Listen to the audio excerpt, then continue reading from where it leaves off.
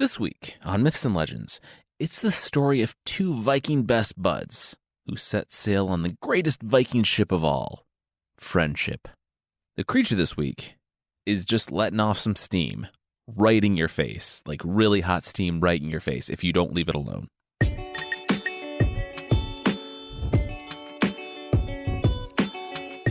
This is Myths and Legends, episode 197, VFFs. This is a podcast where I tell stories from mythology and folklore. Some are incredibly popular stories you might think you know, but with surprising origins. Others are stories that might be new to you, but are definitely worth a listen. Today's story is very loosely connected to one we told pretty recently. Back in episode 191, we met King Gotti. Remember the underwear guy who pretty much accidentally destroyed a family's whole life when he ate a big dinner, and then they all jumped off a cliff? Well, anyway, he had a son, and not the son that we mentioned in the story, but another son, Hring, not related to any of the other Hrings we've mentioned on this podcast. Because of his father's conquests, he grew up and found himself as the king of East Götaland, a region in modern-day Sweden. Hring had two sons. One, Herod, was his boring, actual legal heir with his queen, blah. And he had another son, Perse. He was a kid that Hring had fathered in his youth, with a girl that had been his true soulmate, the love of his life. A story his queen and wife just loved every time she heard it. The woman died, but the son, Perse, grew tall and strong. Literally everyone hated Perse, except for the king. So, of course, that meant Perse had expansive, almost complete power over the entire kingdom. We're told that this is the origin of the money bag word purse, because Perse the son had control over all the money. I think I need to actually start the story instead of just doing an extended introduction, so we'll jump right in with a family that lives nearby.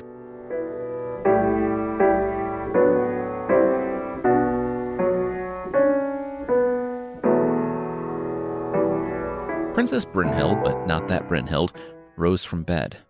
She had just relearned how to walk, so big week for her. Just a few months back, Vikings had come to her father's kingdom, and the men fled, but she didn't. She stood, facing down a horde of berserkers. They didn't stand a chance. Dozens dead, and the kingdom still defended. Their leader swaggered forward, and the men parted. Tvari, the Viking leader, looked at the woman that stopped them from advancing into the land, grinned, and attacked. It had been a hard battle, but Tvari had won, leaving Brynhild wounded and dying on the battlefield. Or so she thought. She woke up in her father's home, in immense pain, while the doctors worked on her. Months later, she rose. They told her she would remain bent and twisted for the rest of her life. So it took her a little while to make it to her father's longhouse.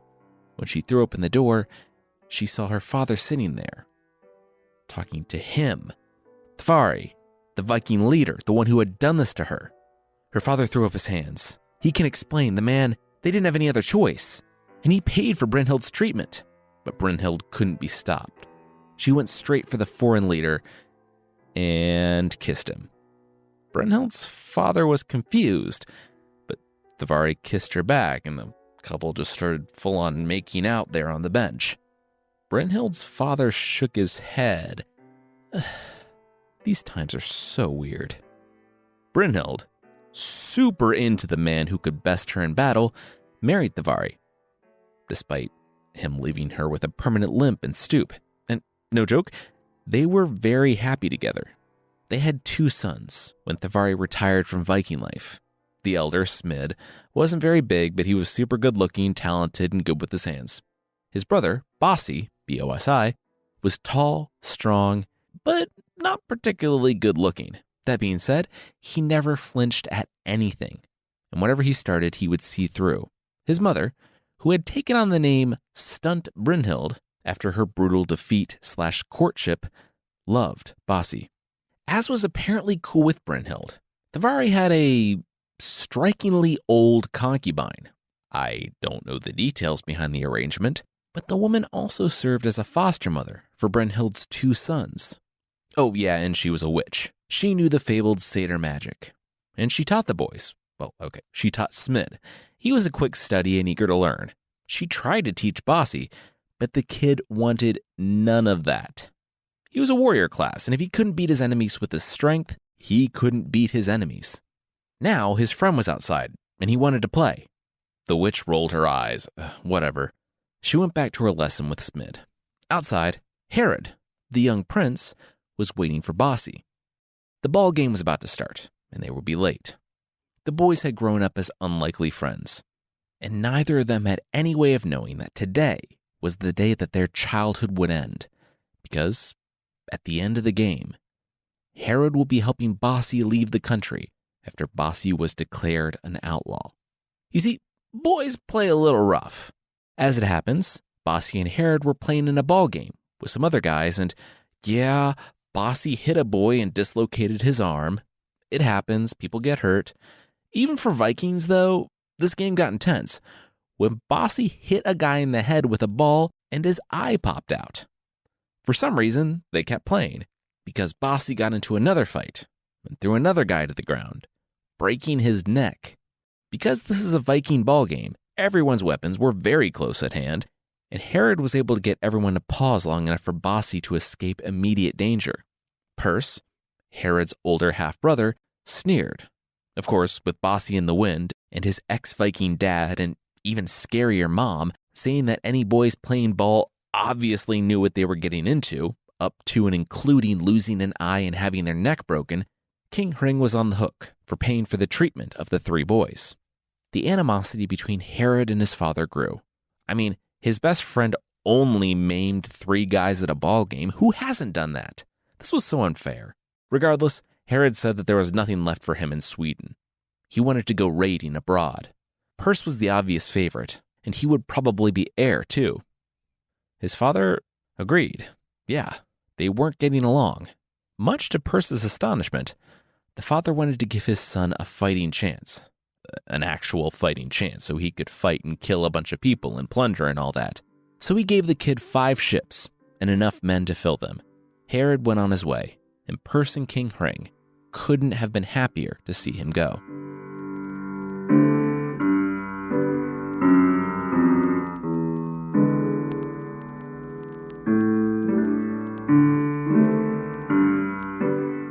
"Can I get a ride?" the voice yelled from the cliff. "Yeah, but I'm not stopping," Herod yelled up to the figure, who was just a silhouette against the setting sun. "Cool, I'll be right down," the stranger answered, and Herod got back to work, getting his ships ready to leave port. The Vikings, who weren't scared by much, yelled when the man on the cliff jumped, caught the mast, swung around it like Mario, then flung himself up, absolutely sticking the landing. Amid the claps and the Vikings holding up cards that read 10, 10, and 8.9, Herod's jaw dropped. The surprisingly agile stranger was Bossy. His exiled best bud had been following the word of his exploits and had guessed correctly where he would end up next. The 2 young men embraced, and together the 2 boys spent the next 5 years traveling from country to country, murdering, pillaging, robbing to their heart's content. It was magical. While the boys were out on their grand, murdery adventure, Perse was on a less fun adventure, balancing his dad's books. In his push to get the kid out of the kingdom, and because Perse knew all of the accounting, King Hring thought he had way more money than he actually did, and he inadvertently bankrupted the kingdom when sending his son out. Because they wouldn't see a return on that investment for years, it was Perse's responsibility to make sure the coffers were full again. So that's what brought him to Bossy's dad's house. Davari was smart with his money, and his biggest liability had been exiled, so he had plenty when Perse came with an armed force to take the chests of gold he had. Perse blamed Bossy for both the injuries and death that the throne had to compensate, and for Herod leaving, so he was taking Thavari's cash, and if Thavari had a problem with it, well, Perse's associates, the ones with the axes, were happy to make sure Thavari had no more issues with it before they left. Because they would kill you. That's the subtext of that statement. The old Viking pursed his lips. "No, yeah, I got it, and subtext is no longer subtext if you just come out and say it."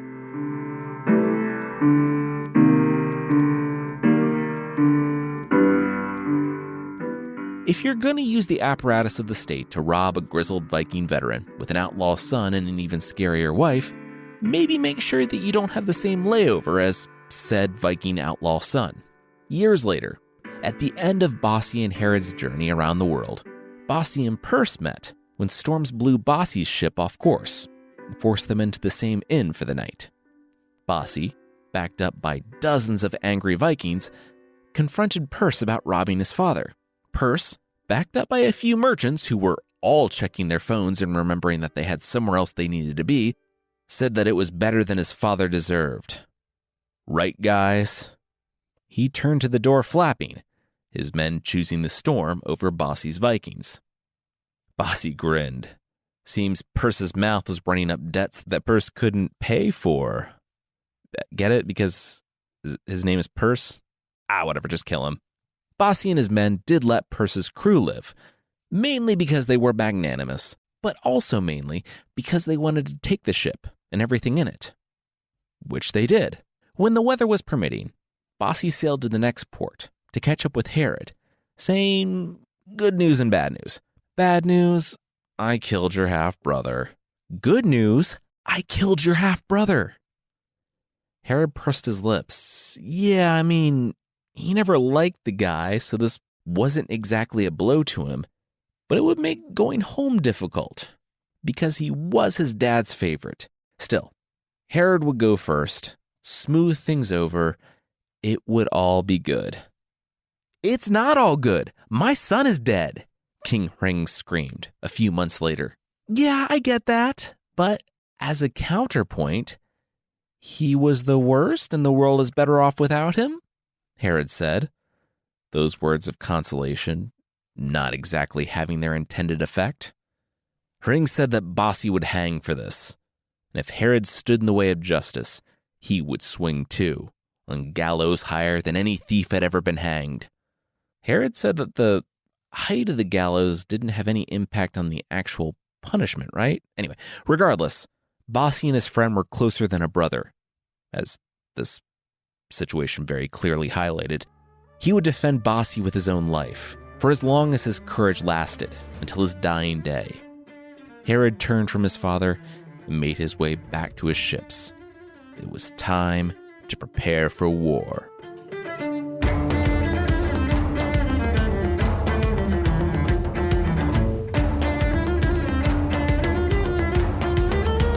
Wow, that was a short war, Bossy said, bloody, and chained up next to Herod in the dungeon.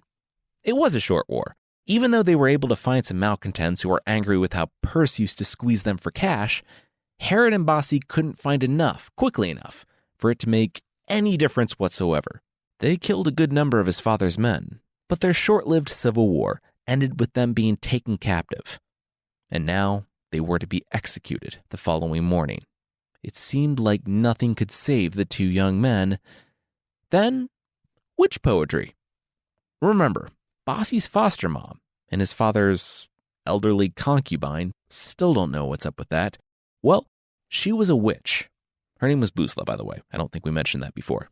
Thavari asked if there was nothing she could do. Bossy was going to be executed in the morning.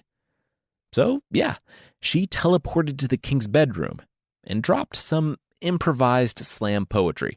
It's said that the poem has become famous everywhere, despite its many wicked words unfit for Christian mouths.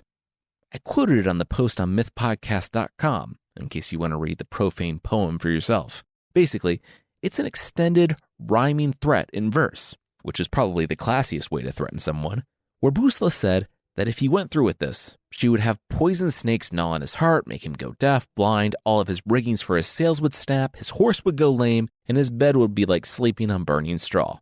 To which the king replied, quote, "Shut your mouth, you filthy witch," and threatened her. Not in rhymes or verse. Like, is he even trying? And he said he'd have her tortured if she didn't leave. She shook her head. Nope. So he rose to throw her out himself, but found that he couldn't stand. He yelled for his servants, but they couldn't be roused from sleep. She shrugged. All right then, let's do this. If the last spell wasn't fit for Christian mouths, this next one can't even be read.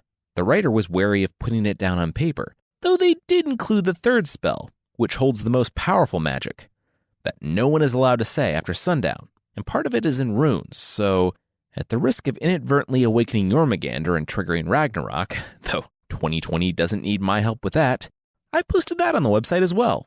Enjoy.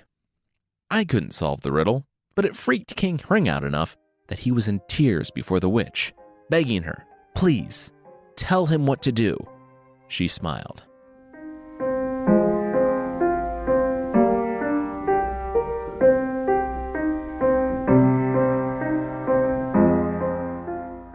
A vulture's egg? Bossy asked, rubbing his wrists after being set free from the dungeon.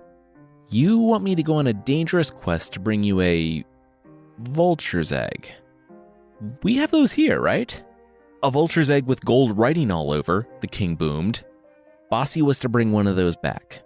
If he didn't, he could still come back, but everyone would be allowed to call him a coward. He grimaced. A fate worse than outlawry. He would do it. No, Herod said, putting his hand on his friend's shoulder. We will do it. The king, again, did not care. Herod was free to go, and after sparking a civil war, it would actually be nice if he got as far away as possible. So they did. With what little money he could scrape together, after Perse sacked his 401k, Thavari built his son, and the man he considered a foster son, a ship, and hired 24 warriors to go along with them to the Baltics so they could get a vulture egg with gold writing. The men left the following spring. Despite 24 guys being on the payroll, they must not have been needed, because as soon as Bossy and Herod made it to the Baltics, they parked the boat and told their employees to stay there, and if they didn't come back in a month, they were probably dead. And so they set off on foot, with only a general idea about the vulture egg, so they trekked on. And by the end of the week, as the sun was starting to set, they saw a homestead glowing on the horizon. The farmer saw two strangers in the field and waved to them, welcoming the men. Then the young men saw her. Wait, seriously? Herod said as the farmer sat them down at the dinner table, hastily putting 2 more settings down. We're doing the farmer's daughter a bit? Come on, how old is this whole trope? What's today's date? Bossy said, as he resumed playing footsie with the farmer's daughter underneath the table. Seriously, though, I think this is the first time it appears in world literature. Oh my gosh, Herod facepalmed. You're gonna get both of us killed.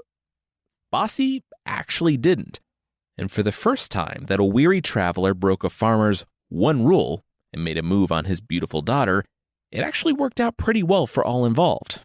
And we know because it's detailed in just the most obvious innuendo. If you want to read, I've linked directly to it on Google Books. But yeah, you know exactly what's going on when, that night after dinner, and with everyone in bed, Bossy slipped into the farmer's daughter's bed that night and wants to help his tempered warrior soften. That's as far as I'm going to go. Neither of them really caring about mixed metaphors. They spent some time together. And it's good that Bossy got on her good side, because she actually knew a lot about their quest. When they were laying there, she dropped some exposition on Bossy. Not far from the house, in this very forest, there was a great temple belonging to King Herrick. His mother, Kolfrosta, was in charge of it. She was a witch, of course. With her sorcery, she recently discovered that she wouldn't live out the month, so she was planning ahead with magical kidnapping. Probably the worst type of planning ahead. Basically, the god of the temple needs a priestess after she's gone, and so she went to Jotunheim, the land of the giants, to the glacier plains, to kidnap a princess to take her place. Rescuing her and getting the egg will prove pretty difficult, because, yeah, a vulture lives there, watching the door like an evil Disney witch sidekick. It can kill anyone with its venomous claws if they try to go after the queen. At every meal, the priestess queen mother eats a 2-year-old heifer whole, but this is only after an enchanted demonic bull mounts the heifer and poisons her flesh so that anyone else who tastes it will go crazy. Bossy shuddered. Wow, that story took a turn. The farmer's daughter continued. The priestess is going to force feed the princess the poisoned heifer so that the poison will change her into a perpetual princess priestess prisoner. Bossy laid back. impressed by her knowledge of current events and alliteration. And the story, again, informs us that they spent some more time together before Bossy returned to his own bed.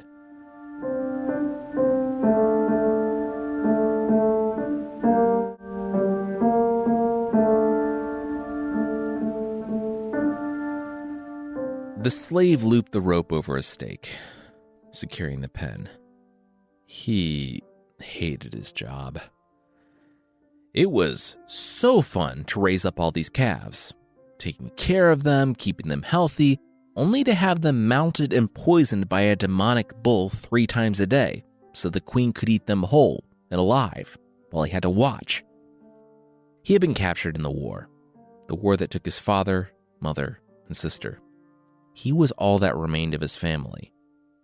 And, at first, things had been horrible, but it was manageable. He had a roof over his head, meals. And even though he didn't have a choice, he was doing something he was good at, taking care of the animals. Unfortunately, he was too good at it.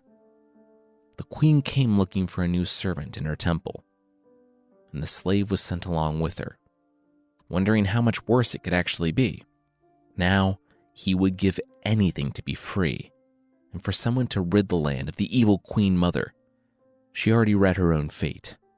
She knew the end was coming. Then, the slave heard noises on the road behind him. The heifer mooed, and he spun around. 2 hero types were walking on the road. Maybe, just maybe, they were the ones who were going to free this land and kill the evil queen mother. He bowed and lowered his head in reverence. Bossy, club in hand, walked up to the slave.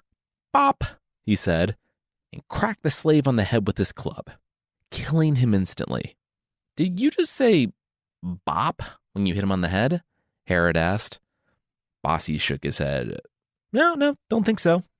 "Pretty sure you did. And are you sure this is the guy? He looked like he was bowing to you," Herod said, watching the growing pool of blood fill the road. It's not like he had some complicated, tragic backstory. The guy was an evil henchman of a witch queen. Doesn't get more justified than that. All right, get him up, though. We need his clothes," Bossy demanded. While Herod picked up the body of the slave to keep his tunic from getting covered in blood, Bossy walked up to the heifer. "Hey, girl. Sorry about this, but honestly, it's probably better than you were going to get in the castle," he said, and then raised his club. Bop. "There it is again. Have you always done that?" Herod said. Bossy pulled out his knife to start skinning the heifer. He didn't know what the prince was talking about. "Now get that guy's clothes off while I skin this cow." Herod, sensing that Bossy had something resembling a plan, complied. He did have a plan, and it included switching clothes with the slave while turning the body of the man into something of a kebab with a spear, spearing him through the backside, up through his shoulder. Herod put on the slave's clothes while Bossy skinned the heifer, filling the skin with heather and moss, and putting it on wheels. Bossy explained the plan to his prince, and the 2 men split up. Bossy watched Herod make his way into the temple, past the guard, who couldn't possibly have cared less because he let the man through. Bossy counted to 10, then rose from the bushes. He looked at the corpse hanging off the spear slung over his shoulder. Yeah, that might be suspicious. "Who are you?" the guard asked. "I've never seen you here before." Bossy looked around him. "Oh, me? He was with the guy who just came through here." "Oh, Bjorn?" "Yeah, Bjorn," Bossy said, nodding. "He loved doing evil with that guy, just being a henchman for the witch queen. Good stuff." The guard narrowed his eyes. Bjorn was a good guy. He hated the queen. He was a slave pressed into service. They all were. Also, what's all this? Bossy looked over his shoulder to the corpse dangling off a spear hastily covered with a blanket. Breadsticks? Breadsticks. Yeah, unlimited breadsticks for the queen. Duh, Bossy said with an eye roll. That's a human hand dangling there, the guard replied. I'm gonna have to call this in. Oh, come on. You let Herod through with a cow on wheels, but now you're giving me a hard time? Then Bossy stopped. Oh. The guard gasped. Who's Herod? Cow on wheels? He didn't have time to do much more than yell before the spear butt hit him in the face. Boring conversation anyway, Bossy said to himself. Herod, we're going to have company. His words of warning, though, were met with panicked, shrieking bellows from the throne room. Bossy ran to the aid of his prince and friend.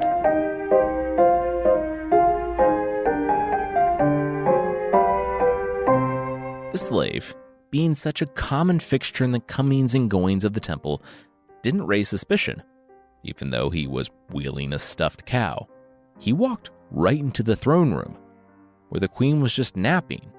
The demonic bull was waiting for his special friend. He was a demonic bull, but he wasn't a smart demonic bull.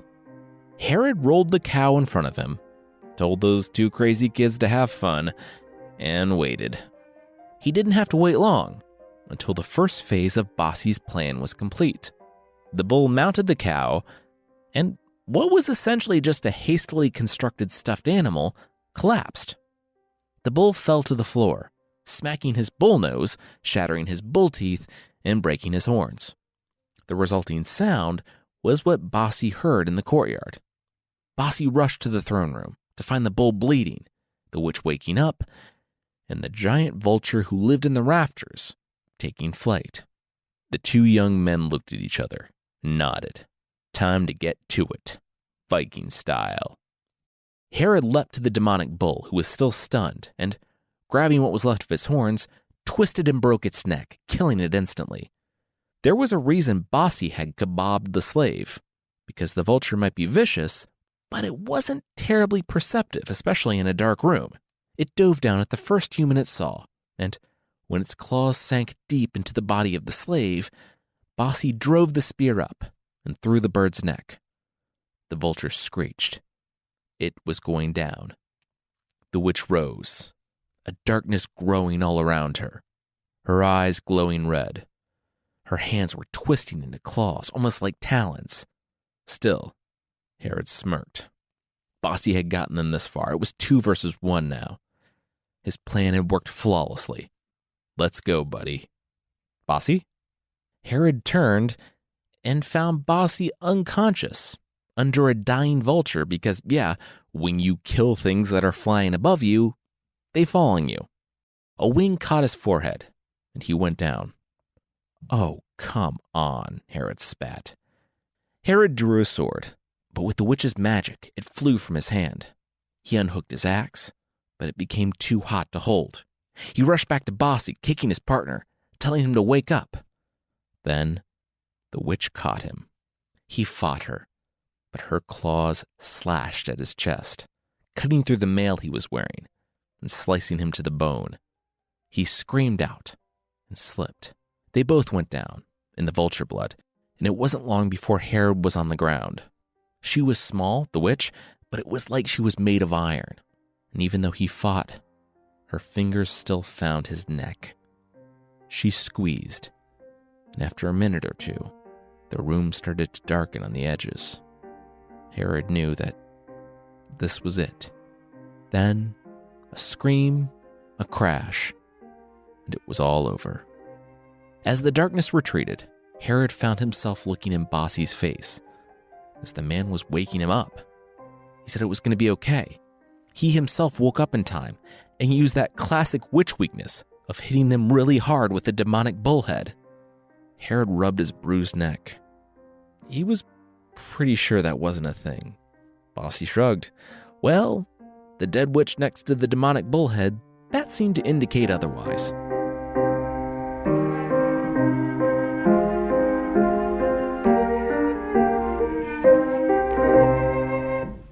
They spent the next day in the temple. The slaves, no longer terrified of the witch who had pressed them into service, just threw down their spears and took off, while Bossy and Herod looted the place. It would have taken all of about an hour, but they chanced on a stone door that seemed to be sealed with a magical lock. The next 23 hours were spent hammering away at the door until almost nothing remained of it. When Herod brushed the rocks aside, he gasped. There, tied to a chair, was the princess that the priestess had captured. She shirked back in fear. No. If the witch knew they were here, she or the vulture would do terrible things to them. They had to go, leave her, or else they would fall under the power of the demons of this place. Well, do I have news for you? Bossy started. But Herod elbowed him. And, would you be good to the man who helped you escape from here? Herod asked. Bossy cocked his head and then grimaced. Oh, buddy, no, you're better than this. But Herod shushed him. The princess said that she didn't think anyone could get her out of here. Herod said, okay, but, if someone could, would she, I don't know, marry him? Buddy, Bossy said. The princess pursed her lips. She didn't think any man was so loathsome that she would rather be left in this temple. Not even one who dangled freedom over her head in exchange for marriage. Seriously, Bossy interjected. Herod rolled his eyes and sighed. All right, cards on the table. We already killed the witch, vulture, and the bull. You're good. I just felt like I did something nice for you, so I should get something in return. Bossy grimaced. A lot of stuff was coming out about his friend in this conversation. Still, I'll let you be free no matter what you decide, Herod said, and went to untie the ropes. When he did, the princess turned and kissed the prince. She said that yes, she would marry him. Personally, I have no idea why. Bossy rolled his eyes. He was the one who actually killed the witch, but no. Go with the man who just tried to nice guy you into marriage. They found the gold-inscribed vulture's egg, and the trio carried as much gold as they could free from the temple before burning it to the ground, so that the evil that lived there would never rise again. On the way back, they passed by the farmer's house. It gave them a good chunk of the treasure that they were tired of carrying before meeting up with their boats. Exactly 29 days after they left, they loaded up the gold, took to the sea, and headed towards home.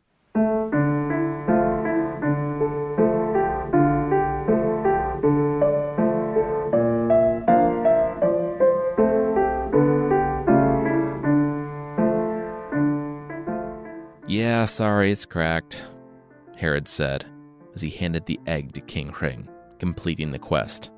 The king said that was completely cool. Just a piece of this thing is worth as much as his kingdom. So, of course, he was going to make a mug with it. A mug? Herod asked his dad. The man nodded as he carefully chipped the top off the egg. Oh yeah, how intimidating would it be to have someone over for coffee and you're like, oh, no big deal. I'm just sipping out of a priceless gold-encrusted egg that used to belong to a poisonous vulture. Then the king paused. Ew, what's that? The four of them peered into the egg. Huh, yeah, that's gross. It was something between a snail and a snake, lying motionless in the egg. Bossy grabbed some leather and pinched the little thing, tossing it out the window. There you go. Problem solved. King Ring nodded. Perfect. Now someone wash this egg so I can drink out of it, since we're in the Middle Ages, and known for our excellent understanding and use of sanitation techniques. To Hring's credit, he wouldn't be killed by the residue of whatever was left in the egg, because he wouldn't live long enough. You see, he and Herod were reconciled, and Bossy's charges were cleared, and the young men were sent away to fight in a war on their father's behalf. The war is supposedly the biggest one to ever take place in Scandinavia, and the saga name drops a few kings and so on, but we're not really interested in that. We're interested in what happened back home. You see, after the princess, Clyde, was kidnapped by the witch, her family went looking for her. It was a long search, because, as I said, they were giants from Jotunheim. But eventually, they found the temple, the one that had been burned to the ground, and they worked their way to the farmer's house, where he had piles of gold and a daughter who knew the names of the men. So the ship set sail for Sweden. I know we already did this episode, but good news and bad news, King Hring's servant said. And yes, he had seen the mug. It's very nice, sir. Anyway, the good news is that Princess Hyde's family is here. They've been looking literally all over the world for her. Bad news was that they're giants from Jotunheim, and they think that King Hring took her. King Hring stood, finished his drink, and said that he would go have a word with these people. The servant cautioned him. These guys are big and probably magic. It's going to require a bit of tact and finesse so that this doesn't devolve into an all-out war with raiders from another world. Hring smirked. Please. He was the king. He's got this. My son took your daughter fair and square, and she's going to be married to him whether she likes it or not, the king yelled, as an opener. Not mentioning that she did actually like it. She wanted to marry him, and he rescued her. The brother giants looked at each other, shrugged, and brought their clubs down, turning King Hring into something between the consistency of a thick paste and a meaty stew. All right, let's go get Clyde.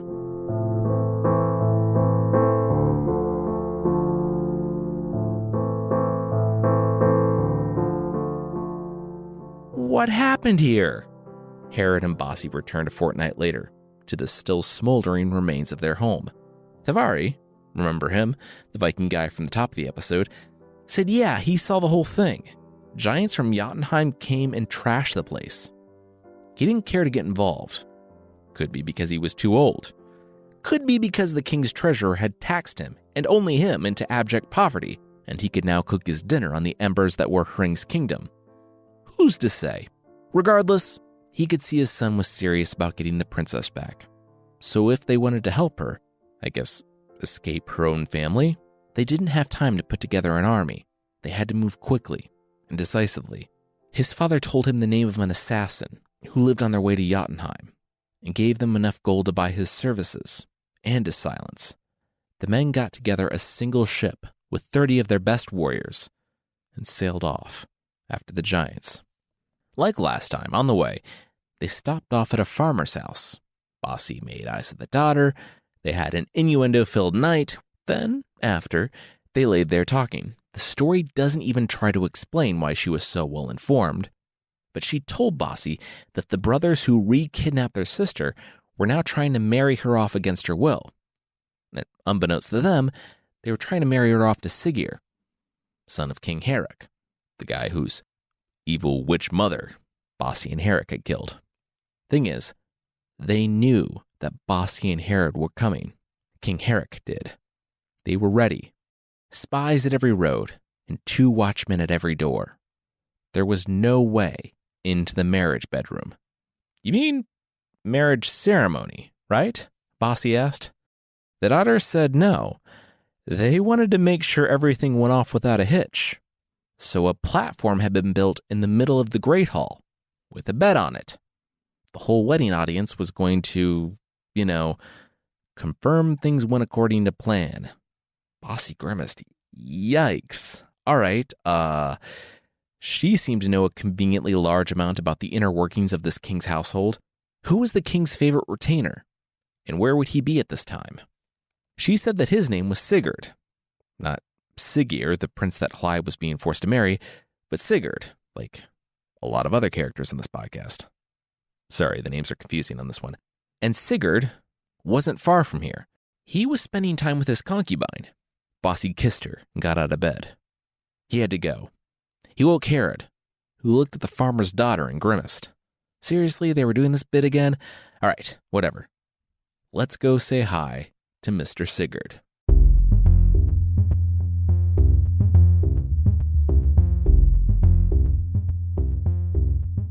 Mr. Sigurd, you're here, the guard at the door to the wedding said to the man who was definitely Mr. Sigurd, and not Bossy, wearing Mr. Sigurd's face, after the 2 heroes surprised, stabbed, and skinned him so that they could get into the party. Mr. Sigurd was also attended by a servant. Are you sure you're feeling well? You look sick. Oh my gosh, is that a cut on your neck? Bossy fluffed the beard, but not his beard, to cover up the chin. Yeah, he got it getting into a fight with a troll. Oh no, is that Odin shoving a sword into a tree? The guard turned, and Bossy adjusted the strap, holding the face on his face, and the guard turned back. Bossy said that he was mistaken. It was just something less dangerous than Odin at a wedding. could have been anything. Mr. Sigurd was rushed downstairs. As one of the king's most trusted retainers, he was in charge of this whole thing. And Bossy smiled, that smile not really coming through because he was wearing another guy's skin on his face. He had an idea. So Bossy's grand plan was to just make this a really fun party. He tripled the amount of wine each guest was supposed to get in their glass, and then he hid while he took off his face, tossing it out the window and into the sea. He told the harp player to go find something else to do. He would take it from here. I didn't even know Bossy could play the harp, but as soon as he started up with a song, the people couldn't help but move. I mean, tripling their wine probably helped with that. But by the end of his second song, everyone in the hall, except for the prince and his betrothed, was out there on the dance floor. They did their toasts to Thor, Odin, and Freya, and by the third song, even the bride and groom got up to start dancing. Amid the wine and merriment, they lost track of each other on the dance floor. And Clyde felt a hand enclose around hers, and a whisper in her ear. She looked to the harpist and smiled. Just then, the hall looked to the yelling at the door. "Prince Sigurd, prepare to die." Everyone was enjoying glasses number 2 and 3 of the larger wine offerings, so they just kind of stood around while the assassin that Bossy and Herod hired rushed the prince. The assassin raised his dagger, but it was stopped by a sword. Bossy stood over the prince. He had stopped the dagger at the last possible moment. The party exploded in chaos as people were running this way and that. The assassin, blocked from his quarry, was fighting off Bossy. But Bossy was winning. Blow by blow, step by step, Bossy pushed him backwards until the Viking planted his foot in the assassin's chest and sent him sprawling out the window and down the cliff into the ocean. The prince ran up to Bossy, saying that he was eternally grateful. The harpist had saved his life. But Bossy revealed his own ribs. At what cost? Bossy was bleeding. He said he had magicians and healers and stuff, but he had to get to his ship. Someone, grab his harp. His servant dragged the harp case alongside them, propping Bossy up as the man limped to his ship. The prince thanked Odin that he was alive and prayed for the man who had saved them. He looked down at the sea, telling his men to fish the assassin out and make him talk. Then he squinted. Wait, maybe he hit the rocks because what was that down there? It was a harp? But that didn't make sense. The harpist's servant had dragged the case alongside him. Prince Sigurd gasped. Wait, where was his bride? Bossy and the servant heard the shouts from up on the cliff. Bossy ditched the wineskin full of blood from inside his cloak and picked up the harp case. Well, jig's up. They made it a lot farther than he thought they would. Both he and his servant took off in a sprint for the boats. At the boats, Herod had just finished scuttling the rest of the fleet and pulling the assassin from the water. He helped Bossy get the harp case aboard and unloop the ropes as the king's men, all 5 of them that could control themselves after Bossy's over-serving, scrambled down the hill. Herod unclasped the harp case, and Clyde flew to the arms of her chosen husband. Together, from a distance, they watched a bunch of drunk Vikings fumble to get their ships on the sea, only to sink before they even left the harbor.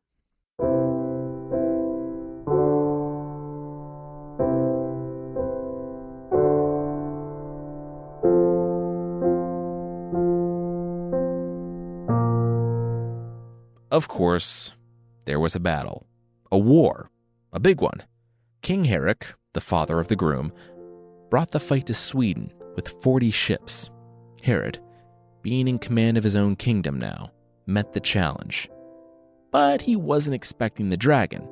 King Herrick was as magical as he was angry, and rightfully so, because on the way home, Bossy had stopped by Herrick's kingdom and picked up his daughter, marrying her.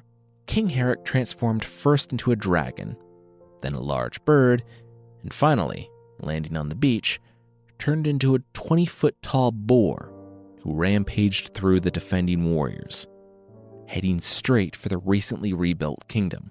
That would have been the end of Herod and Bossy if not for the dog. Bounding from the city, a dog big enough to match the boar stood blocking the pig. The boar squealed, lowered his head, and charged. And the dog stepped aside, waited for the boar to pass, and then grabbed the boar by the groin. Squealing much louder now, the dog dragged the boar to the ocean, where, jumping in, she took King Herrick down with her.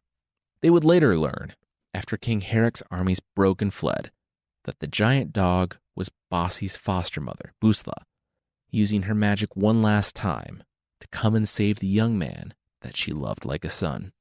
Even though it was a hard-won victory, it was a victory, and the new King Herod gave everything he could to heal his kingdom, and all were invited to the weddings of he and Hyde, and Bossy and Edda, Herrick's daughter. The foster brothers parted ways, Herod staying home, while Bossy traveled to Permia with a small force, arguing successfully because he had a bunch of Vikings ready to raid the place, that because he was married to the king's daughter, and the king and his son were dead in the battle that they had just gone on, that Bossy himself was the rightful, legal heir to the kingdom, leaving out that his mom killed the king, necessitating the need for an heir. Back in Sweden, Herod and Hyde had a daughter named Thora, who, one day, when she was playing outside, just outside of the castle, found a pet. It was something between a snake and a snail, but it was made out of solid gold now. The father looked it over. Yeah, it was a snake and appeared to be moving. Sure, she could keep it. It probably wouldn't grow up to threaten their entire kingdom. So, Thora Townheart got a pet snake, and they all lived happily ever after for about 5 years.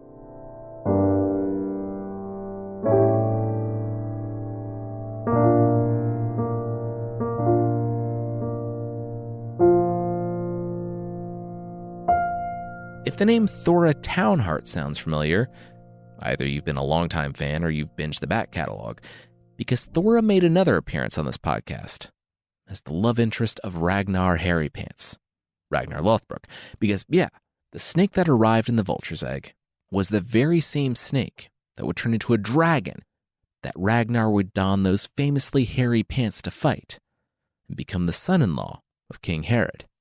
That's it for the story today. Next week, we're back in Robin Hood.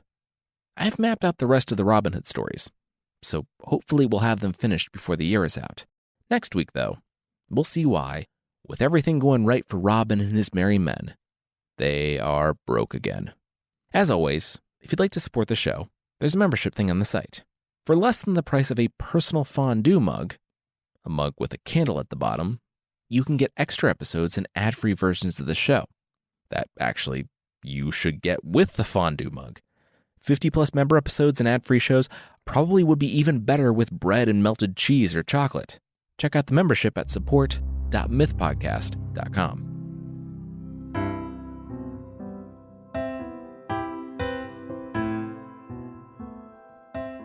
The creature this week is the teakettler, a fearsome critter from North America. If you're in the dark forest and you hear a tea kettle whistling, there are a lot of ways that it could go wrong. It could be an actual tea kettle put on the stove by a witch who's just killing some time before she attacks you and eats you for dinner. Standard dark forest stuff. It could be a monster trying to confuse you and lure you deeper into the woods. Or it could be the teakettler. Of all those, I would hope it's the teakettler, because the teakettler is, quote, a dog with cat ears, or, triangular dog ears, because dogs have those too. And its whistle is a way of telling you to back off. It's like a dog with its head on the wrong side. Because it's so wary of predators and being seen, all of its legs are turned around, and it has steam coming out of its mouth. So yeah, like a rattlesnake that can turn you into Two-Face from Batman, the steam is a warning to back off. Just kind of be aware of the situation that you're getting yourself into. If you happen to come across a dog that can shoot steam out of its mouth, and all it wants to do is escape, so much so that its legs are backwards, let it escape, please. If someone finds it, they should take their pictures or whatever and get out of there. They're scaring it. And if they're into cornering and scaring animals, well, they shouldn't get upset when the teakettler decides to let off some steam. Right in their face.